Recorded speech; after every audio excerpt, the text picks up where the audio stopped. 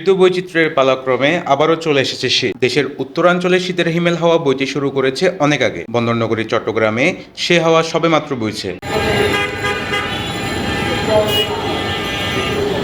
শীতের সঙ্গে বাড়ছে গরম কাপড়ের চাহিদা। নগরীর কাপড়ের বড় বড় দোকান থেকে শুরু করে ফুটপাতের দোকানেও চলে এসেছে শীতের কাপড়। শীতের শুরুর দিকে নগরীর শপিং মলগুলোতে গরম জামা কাপড় বেচা কেনা তেমন একটা চোখে না পড়লেও ফুটপাতে বেচা কেনা ভালোই চলছে।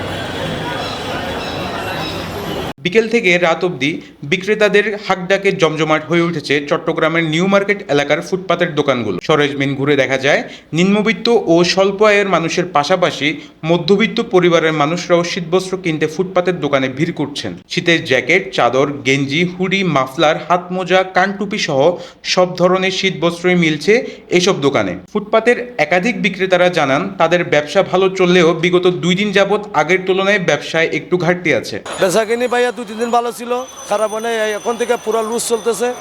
আমাদের হকার ভাইরা খুব কষ্টতে আছে। আলহামদুলিল্লাহ ব্যবসা খুব ভালো চলতেছে, কিন্তু গত 2 দিন যাবৎ তাপমাত্রার কারণে হালকা ব্যবসা আমরা হয়তো একটু কম হচ্ছে। তারপরে আমরা আলহামদুলিল্লাহ যে আমাদের ব্যবসা পরিপূর্ণ হচ্ছে। নিউ মার্কেটের ফুটপাত থেকে কাপড় কিনতে আসা ক্রেতারা জানান বড় শপিং মল ও শোরুমে সুন্দর সুন্দর কাপড় থাকলেও দাম তাদের সামর্থ্যের বাইরে। তাছাড়াও মোটামুটি ভালো মানের কাপড় তারা ফুটপাতেই পাচ্ছেন বলে কেনাকাটা করতে ফুটপাতকেই বেছে নিচ্ছেন। আজকে একটা সোয়েটার নিলাম।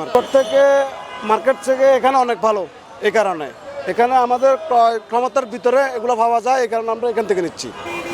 প্রকৃতিতে শীত আসলে উষ্ণতার চাদরে নিজেদের ঢেকে রাখার জন্য গরম কাপড় কিনতে নগরবাসী ভিড় জমান নিউ মার্কেটে। এখন বেচা বিক্রি কম হলেও পরবর্তীতে বাড়বে বলে প্রত্যাশা ব্যবসায়ীদের। ওমর ফারুক, চট্টগ্রাম পোস্ট।